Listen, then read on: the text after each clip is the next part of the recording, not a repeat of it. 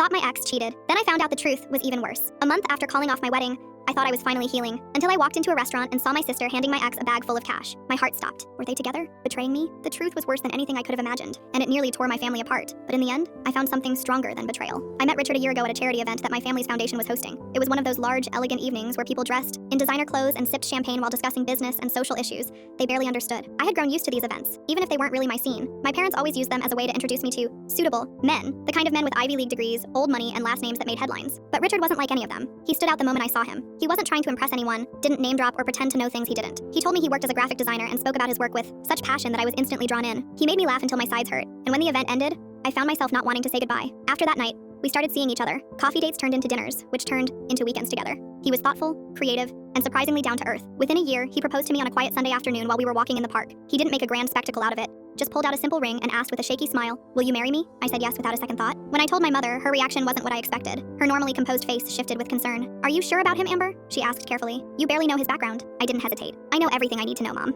He's the one." To my surprise, it was my father, always the most critical and exacting person in my life, who seemed to approve right away. After dinner one evening, as Richard helped my mom clear the table, my dad leaned over to me and said quietly, "He's got character. That's worth more than any trust fund or family name." Even my mother began to soften toward him after that. The only one who didn't fall under Richard's spell right away was my older sister, Jessica. She was more cautious, more observant. A few weeks after we got engaged, she pulled me aside when Richard wasn't around. "Just be careful," she said in a low voice. "He's charming, but looks can be deceiving, you know." I rolled my eyes. I thought she was just being jealous. After all, I was only 27 and getting married before her. She'd never had a serious relationship that lasted more than a few months. "He makes me happy, Jess," I said firmly. "Can't that be enough for you?" Eventually, even Jessica came around. By the time we sent out the wedding invitations, it felt like my whole family adored him. They practically worshipped him, especially my father, who would invite him to golf or call just to chat. Then, about a month before the wedding, everything changed. I was on my way downtown for a hair appointment when I spotted Richard's car parked outside a small cafe. It caught my eye because he told me he had a client meeting across town that morning. I wasn't suspicious at first, until I glanced through the cafe window. There he was, Richard, sitting across from a woman I didn't recognize. She had long dark hair and was leaning close to him, laughing. Then right in front of everyone, he reached across the table and kissed her. My hand started shaking as I pulled over and parked across the street. I told myself I might be mistaken. Maybe it was someone who looked like him.